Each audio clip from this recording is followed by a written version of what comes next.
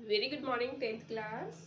In this class, we will again continue with the DG part for your history book, chapter number 4, Era of Industrialization. Last class में हमने देखा था कि भारत में कपड़ा उद्योग का विस्तार किस तरीके से होता है, किस तरीके से जो नई नई मिलें थी वो भारत में जो है एस्टैब्लिश होती हैं, कैपिटल कहाँ से आती है, ठीक है। और जैसे जैसे यूरोपियन कंट्रीज जो इंडिया में एंटर होती जाती हैं, धीरे धीरे जो लोकल बिजनेसमैन होते हैं, लोकल जो ट्रेडर्स होते हैं, उनका बिजनेस धीरे धीरे ख़त्म होता चला जाता है, ठीक है। और जब ईस्ट इंडिया कंपनी के थ्रू ब्रिटेन जब एंटर करता है भारत में, तो सिर्फ वो उन्हीं चीज़ों का आयात यहाँ से करता है जिसकी यूरोपियन देशों में या उसके कंट्री में डिमांड होती है। तो वो क्या करता है, कच्चा कपास और अफीम, ये सब चीज़ें जो है इम्पोर्ट करना शुरू कर देता है इंडिया से, और एक्सपोर्ट करने लगता है यहाँ पे तैयार माल, जिससे क्या होता है, भारतीय कपड़ा उद्योग जो है सिकुड़ने लगता है, बिजनेसमैन को लॉसेस होने लगते हैं, और धीरे धीरे जो है काफ़ी ज़्यादा मतलब इतना कंपटीशन बढ़ जाता है कि ये लोग सर्वाइव भी नहीं कर पाते हैं, ठीक है। आज की क्लास में हम देखेंगे भारतवर्ष में औद्योगिक विकास, इकोनॉमिक, ये जो इंडस्ट्रियल डेवलपमेंट था वो किस तरीके से भारत में शुरू हुआ था।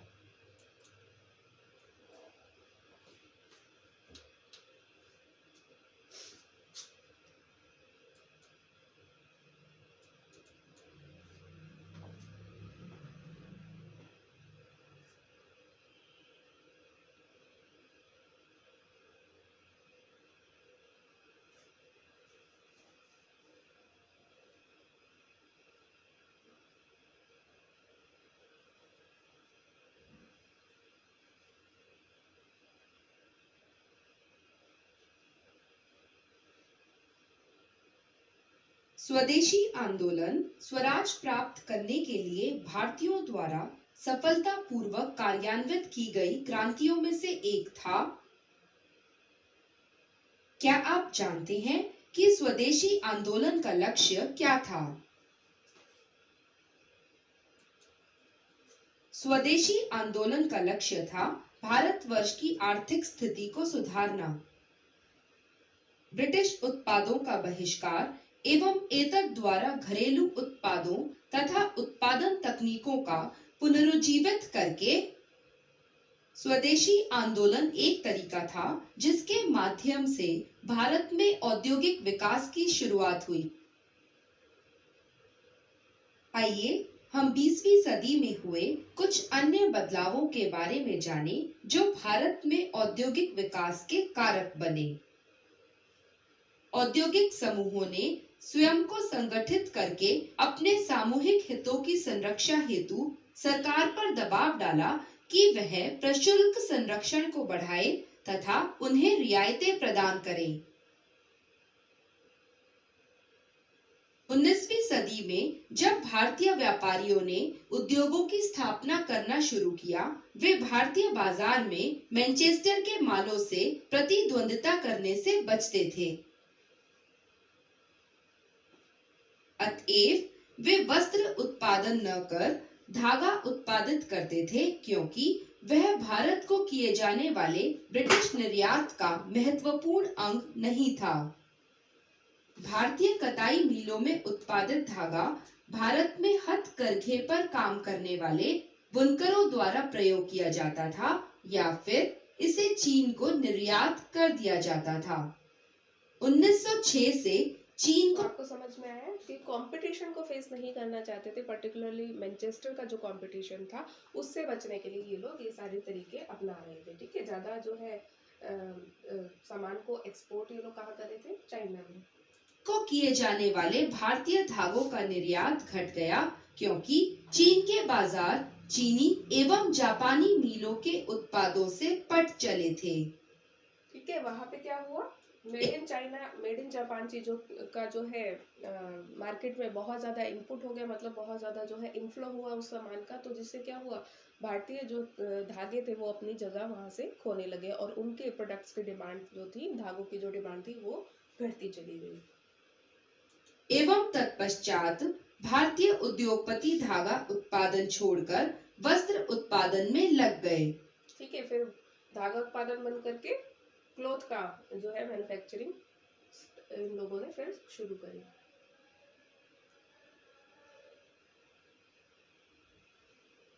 20वीं सदी में बड़े उद्योग अर्थव्यवस्था का एक छोटा हिस्सा मात्र थे। इनमें से अधिकांश बंगाल तथा बंबई में स्थित थे। देश के शेष भागों में लघु स्तरीय उत्पादन किया जाता रहा। ठीक है। औद्योगिक प्रथम विश्व युद्ध के बाद क्या हुआ, बहुत छोटे छोटे जो कॉटेज इंडस्ट्री थी, ठीक है, स्मॉल बिजनेसेस थे, स्मॉल जो फैक्ट्रीज थी, ये सब चीजें जो है बहुत ज्यादा जो है ग्रो होने लगी। मजदूरों का केवल एक छोटा सा वर्ग ही पंजीकृत फैक्ट्रियों में काम करता था। शेष मजदूर छोटे छोटे कारखानों एवं गृह उद्योग की इकाइयों में काम करते थे, जो अमूमन गली कूचों में स्थित हुआ करते थे। 19वीं सदी में भारतीय हस्तशिल्प एवं हथकरघा कामगारों को ब्रिटिश सूती वस्त्रों एवं मशीन निर्मित सूत से कड़ा मुकाबला करना पड़ा, जो ज्यादा बारीक, बेहतर तथा सस्ते होते थे। यह जानना दिलचस्प है कि हथकरघा और हस्तशिल्प उद्योग, जो कि 19वीं सदी में लुप्त होते जा रहा था, 20वीं सदी में फलने फूलने लगा। आपके विचार में यह किस प्रकार संभव हुआ? कैसे संभव हुआ? जो चीज जो है आउट ऑफ फैशन हो गई थी, उससे काम करना बंद हो गया था, लेकिन 20वीं सदी में हथकरघों से काम करना फिर से शुरू हो जाता है। देखते हैं कैसे। 20वीं सदी के खत्म होते होते तकनीकी बदलावों के फलस्वरूप अनेक भारतीय मिलों ने धागा उत्पादित करना प्रारंभ कर दिया, जो काफी सस्ता पड़ता था, और अब वे हथकरघा बुनकरों को कच्चा माल उपलब्ध करा सकती थी। इसके परिणाम स्वरूप कामगारों ने ऐसे कपड़े बनाना शुरू किया जिसे भारतीय जनसाधारण वर्ग द्वारा सस्ते मूल्य पर खरीदा जा सकता था।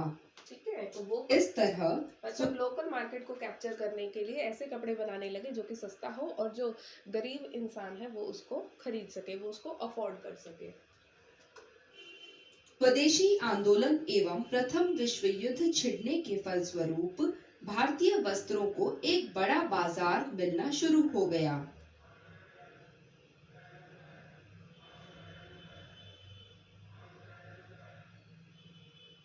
बीसवीं सदी में अनेक छोटे छोटे नवीन प्रयोग किए गए, जो बुनकरों की उत्पादकता की अभिवृद्धि में एवं मिल क्षेत्र से प्रतिद्वंदिता के संदर्भ में सहायक सिद्ध हुए।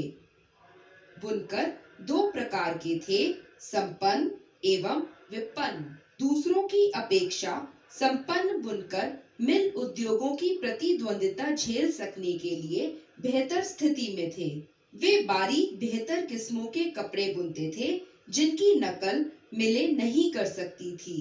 तरकोटी के कपड़ों क्या हो रहा था, जो थोड़े से वेल्दी बुनकर थे, जिनके पास थोड़ा पैसा था, वो लोग जो है कंपटीशन को थोड़ा सा फेस करने के लिए तैयार थे। वो क्या करते थे, फाइन कॉटन क्लॉथ बनाया करते थे। ठीक है, जो ऐसा कपड़ा जो कि मिलों में मशीनों से भी तैयार नहीं हो सकता, ऐसा कपड़ा ये लोग बनाते थे। लेकिन जो गरीब बुनकर थे वो क्या कर रहे थे, वो मोटा सूती कपड़ा बना रहे थे। ठीक है, लोकल लोगों के लिए की मांग अधिक स्थिर होती थी, क्योंकि इनके खरीदार संपन्न लोग थे, जो इन्हें वर्ष भर खरीद सकते थे।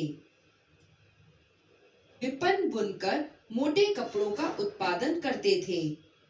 मोटे कपड़ों को गरीब तबके के लोग खरीदते थे और इनकी मांग में भारी उतार चढ़ाव होता रहता था। उतार चढ़ाव जब होता था, ये हमने चैप्टर में स्टडी किया था कि जब इनकी फसलें जो है अच्छी होती थी या मजदूरों के पास काम अच्छा होता था, उनको काम मिलता था, तब तो वो लोग ये मोटा जो सूती कपड़ा था उसको खरीदने के कैपेबल होते थे। लेकिन अगर उनकी फसल अच्छी नहीं हुई है या मजदूरी में उनको किसी सीजन में काम नहीं मिला है, तो फिर वो जो है इस कपड़े को नहीं खरीदते थे। तो क्या हो रहा था, इस मोटे सूती कपड़े की डिमांड में लगातार फ्लक्चुएशंस होती रहती थी, उतार चढ़ाव आता रहता था। अकाल पड़ता था और उपज कम होती थी, तब गांव के गरीब लोगों के लिए भोजन का जुगाड़ कर पाना भी कठिन हो जाता था एवं उनकी नगद आय खत्म हो जाती थी, और ऐसी स्थिति में वे कपड़े नहीं खरीद सकते थे।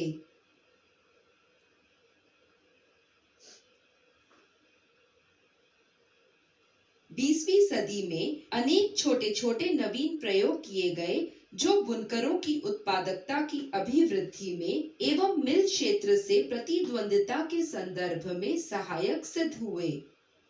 बुनकर दो प्रकार के थे, संपन्न एवं विपन्न। दूसरों की अपेक्षा संपन्न बुनकर मिल उद्योगों की प्रतिद्वंदिता झेल सकी मांग अधिक स्थिर होती थी, क्योंकि इनके खरीदार संपन्न लोग थे। एक वर्ष भर गांव के गरीब लोगों के लिए भोजन का जुगाड़ कर पाना भी कठिन हो जाता था एवं उनकी नगद आय खत्म हो जाती थी और ऐसी स्थिति में वे कपड़े नहीं खरीद सकते थे।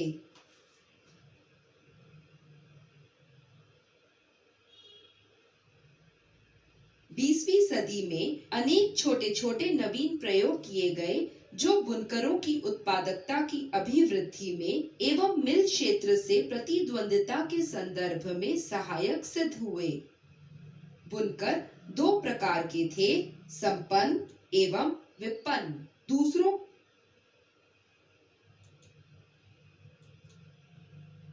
विज्ञापन एडवर्टीजमेंट हम देख लेते हैं किस तरीके से शुरू हुई, किस तरीके से उस टाइम में 19वीं सदी में जो है विज्ञापन हुआ करते थे।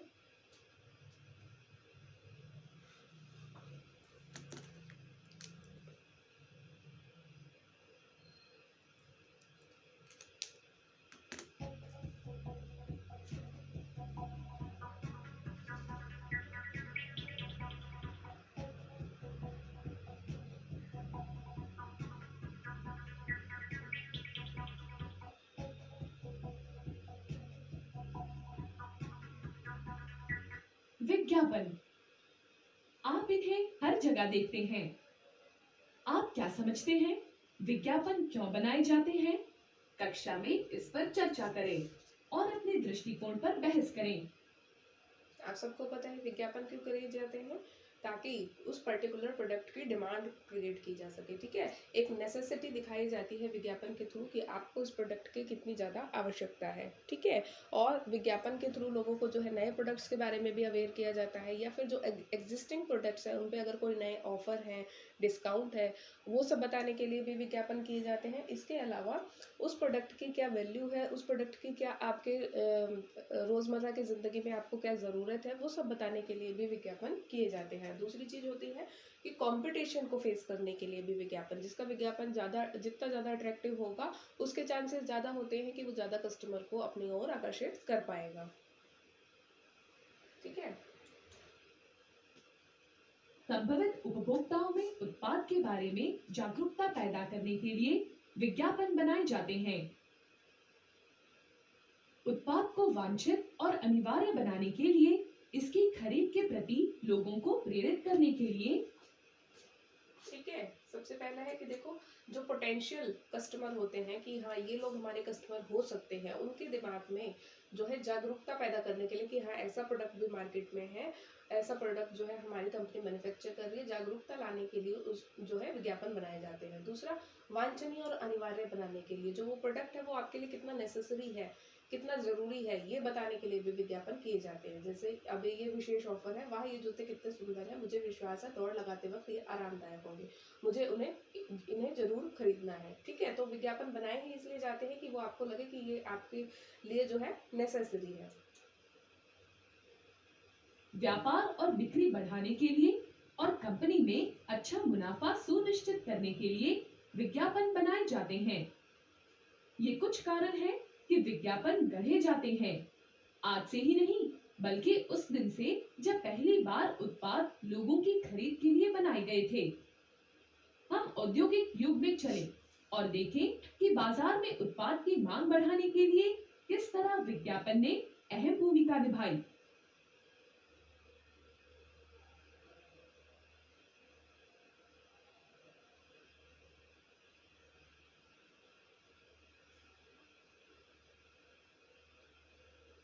उत्पाद पर क्या आपने इस तरह का पर्चा देखा है? आप क्या सोचते हैं, ऐसे पर्चा का उद्देश्य क्या हो सकता है?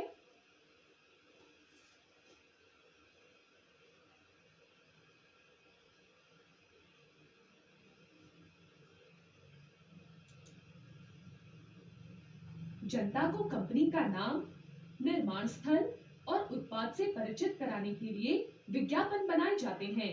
ठीक है, कि वो प्रोडक्ट कौन सी कंपनी ने ये बनाया है, उत्पाद का कौन सी गुणवत्ता कंट्री में चिन्ह भी बनाया है। दर्शाते हैं। इन्हीं कारणों से मैनचेस्टर उद्योगपतियों ने जब औद्योगिक युग में अपने कपड़े भारत में बेचना शुरू किया, कपड़ों के बंडल पर वो अपनी पर्ची चिपकाते। उम्मीद की जाती थी कि खरीदार पर्ची पर मैनचेस्टर का बना हुआ लिखा देखकर कपड़ा खरीदने में आश्वस्त महसूस करेंगे। ठीक है, क्योंकि लोग आप बिलीव देख करेंगे सकते हैं कि अगर ये जैसे किसी पर्टिकुलर ब्रांड के प्रोडक्ट्स आपको अच्छे लगते हैं, मार्केट में उनकी ज़्यादा डिमांड होती है, तो आप क्या करते हैं, जैसे ही आप उस ब्रांड का कोई भी प्रोडक्ट देखते हैं, आपको लगता है कि हाँ ये अच्छी क्वालिटी का होगा, मुझे ये खरीदना चाहिए। तो यही काम मैनचेस्टर की कंपनी करती थी। उन्हें लगता था कि मैनचेस्टर में बने हुए कपड़े लोग तुरंत खरीद लेंगे क्योंकि ये अच्छी क्वालिटी के होते हैं, ऐसा लोगों के पास मैसेज जाएगा। कि लेबल पर सिर्फ शब्द ही नहीं, भारतीय देवी देवताओं के चित्र भी हुआ करते थे। आप क्या सोचते हैं, मैनचेस्टर उद्योगपतियों ने अपने उत्पाद के लिए भारतीय देवी देवताओं के चित्र क्यों इस्तेमाल किए? मैनचेस्टर उद्योगपतियों की सोच थी कि देवताओं को अपने उत्पाद से जोड़ने पर प्रतीत होगा कि उत्पाद को ईश्वर की मान्यता मिल गई है। पर्चे पर देवताओं के छपे हुए चित्र का एक उद्देश्य विदेश में बने माल को भारत के लोगों में लोकप्रिय बनाना भी था। क्या आप जानते थे, देवी देवताओं के चित्र वाले पर्चे का इस्तेमाल भारतीय निर्माताओं ने भी स्वदेशी का राष्ट्रीय संवाद संचारित करने के लिए इस्तेमाल किया था। ठीक है, कि ये आपके अपने उदाहरण, देश में बने हुए प्रोडक्ट्स यहाँ हिंद देवी को अहमदाबाद मिल के बने कपड़े पेश करते हुए दिखाया गया है, जो लोगों से भारत में बनी चीजों का इस्तेमाल करने के लिए कह रही है। ठीक है, तो क्या करते थे ये, ऐसे देवी देवताओं के चित्रों की हेल्प लिया करते थे कि ये देखो कि भगवान भी जो है हमारी चीजों को पसंद कर रहे हैं, अच्छा बता रहे हैं।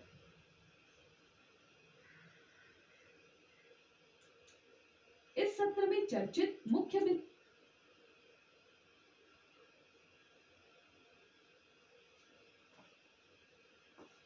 हम में से बहुतों ने कैलेंडर में किसी उत्पाद या कंपनी का प्रचार करते हुए देखा होगा।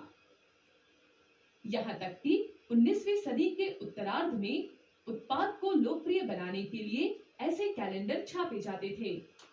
ठीक है, कैलेंडर में तो पत्र हमेशा पत्रिकाओं से जो है अलग एडवर्टीजमेंट होती है। आपने हमेशा देखा होगा कैलेंडर क्या है, पूरे 1 मंथ के लिए एक पेज, या अगर 12 मंथ्स वाला एक पेज वाला कैलेंडर लेते हैं तो उस पर भी क्या होता है, एडवर्टीजमेंट होती है। तो लोग क्या है पूरे साल या पूरे मंथ उस एडवर्टीजमेंट को देखते हैं, तो उनको जो है अवेयरनेस रहती है उस प्रोडक्ट के बारे में। कैलेंडर उन लोगों द्वारा उपयोग में आते हैं जो पढ़ नहीं सकते। ये चाय की दुकानों, घरों और कार्यालय में लटकाए जाते थे। इन कैलेंडरों में भी उत्पाद बेचने के लिए देवी देवताओं के चित्र हुआ करते थे। उदाहरण, यहाँ भगवान विष्णु सनलाइट साबुन का प्रचार करते हुए दिखाई दे रहे हैं। साबुन के अलावा बहुत सारे दूसरे उत्पाद जैसे शिशु उत्पाद और किताबों पर भी देवताओं के चित्र का उपयोग प्रचार के लिए किया गया है। क्या आप जानते थे, बाल गोपाल या बाल कृष्ण के चित्र शिशु उत्पाद को लोकप्रिय बनाने में बहुत प्रचलित थे। ठीक है, तो अभी आपने देखा कि अलग अलग प्रोडक्ट्स के लिए अलग अलग देवी देवताओं के जो है चित्र इस्तेमाल किए जा रहे थे। क्या आपने ऐसे विज्ञापन देखे हैं जिसमें महत्वपूर्ण व्यक्तियों का इस्तेमाल प्रचार के लिए किया गया है? ऑफ कोर्स आज के टाइम में भी आप देखते हैं बहुत सारे इम्पोर्टेंट, जैसे कि कुछ स्पोर्ट्स पर्सन हैं, ठीक है, कुछ एक्टर्स हैं, या फिर किसी पर्टिकुलर फील्ड में सक्सेसफुल लोग हैं, वो जो है विज्ञापन करते हैं। तो ये क्या होते हैं, महत्वपूर्ण व्यक्तियों का इस्तेमाल अपने प्रोडक्ट को करने के लिए करते हैं। ठीक है, तो ये चीज़ें जो है वो पहले के टाइम से भी होती है। पहले भी जो है इस तरीके से महत्वपूर्ण जो व्यक्ति होते थे उनके चित्रों का इस्तेमाल या उन व्यक्तियों का इस्तेमाल जो है अपने प्रोडक्ट के विज्ञापन के लिए जो है कंपनी किया करती थी। अगर हाँ, तो उत्तर कक्षा में चर्चा करें।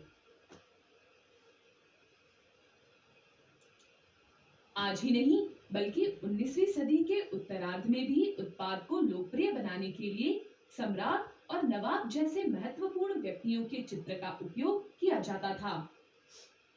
उदाहरण, यहाँ मैनचेस्टर कपड़े का प्रचार करने के लिए महाराजा रणजीत सिंह के चित्र का उपयोग किया गया है। महत्वपूर्ण व्यक्तियों के चित्र के उपयोग का अभिप्राय था, तुम अगर इस शाही चित्र का सम्मान करते हो तो इस उत्पाद का भी सम्मान करो। ठीक है, ये मैसेज होता था इनका। उत्पाद अगर शाही परिवार द्वारा इस्तेमाल किया गया है तो इसकी गुणवत्ता पर उंगली नहीं उठाई जा सकती। ठीक है, इसके अलावा महत्वपूर्ण व्यक्तियों के चित्र। क्या आपने ऐसे विज्ञापन देखे हैं जिसमें महत्वपूर्ण व्यक्तियों का इस्तेमाल प्रचार के लिए किया गया है? अगर हाँ, तो उत्तर कक्षा में चर्चा।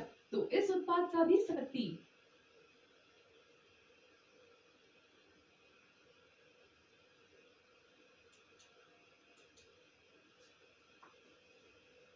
रिवाइज कर लेते हैं आज के सेशन में हमने जो चीजें पढ़ी हैं।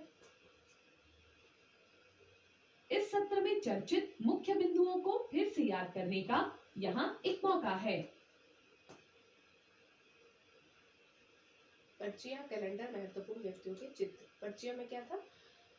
प्रत्येक चिन्ह बनाकर कंपनी का नाम और निर्माण स्थल को जनता से परिचित कराते थे, जैसे कि मेड इन मैनचेस्टर लिखते थे, मेड इन इंडिया लिखते थे। ठीक है, उत्पाद की गुणवत्ता चिन्हित करता है। जो प्रोडक्ट पॉपुलर हो जाते थे तो उसकी पर्ची देखकर लोग समझ जाते थे कि ये अच्छी क्वालिटी का होगा। औद्योगिक युग में मैनचेस्टर उद्योगपति भारत में अपना कपड़ा बेचने के लिए कपड़ों के बंडल पर पर्ची लगाते थे। खरीदारों से उम्मीद की जाती थी जब वो पर्ची पर मेड इन मैनचेस्टर लिखा देखेंगे तो उत्पादन के बारे में आश्वस्त हो जाएंगे कि ये बेहतर क्वालिटी का है।